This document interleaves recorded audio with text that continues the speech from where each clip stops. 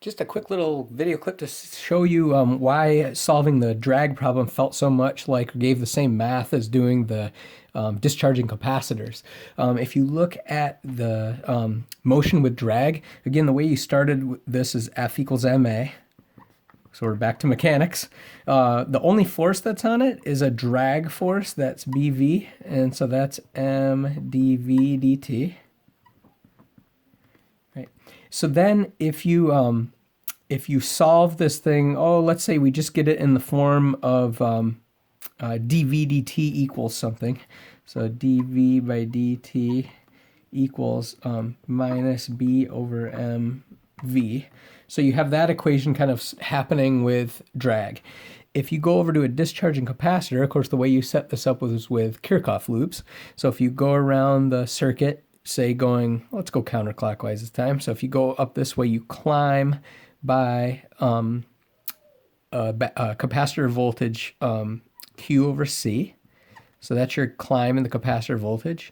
And then you're going to drop by IR. And then, of course, those two voltage changes equal 0. Then if you, just rearranging this a little bit, you'd get Q over C equals IR. Now, if you remember, you substitute, and this is very similar. Instead of putting in A, we put dv dt. Instead of putting I, we put minus dq dt for a discharging capacitor. And so what you'll get here then is Q over C equals minus dq by dt times R.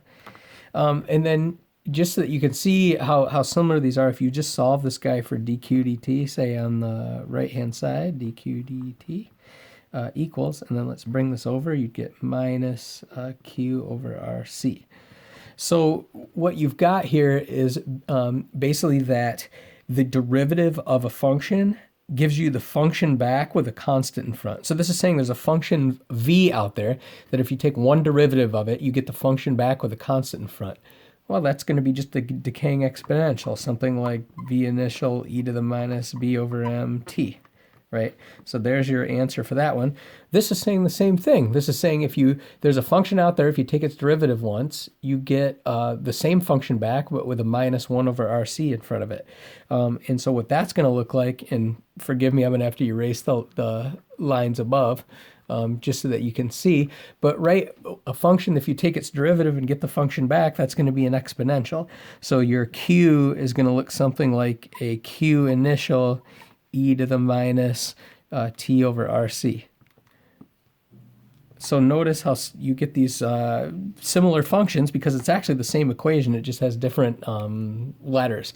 Instead of minus b over m as the coefficient, you have minus 1 over rc as the coefficient here. So that's why you get minus 1 over rc here and minus b over m there. So it's actually the same equation.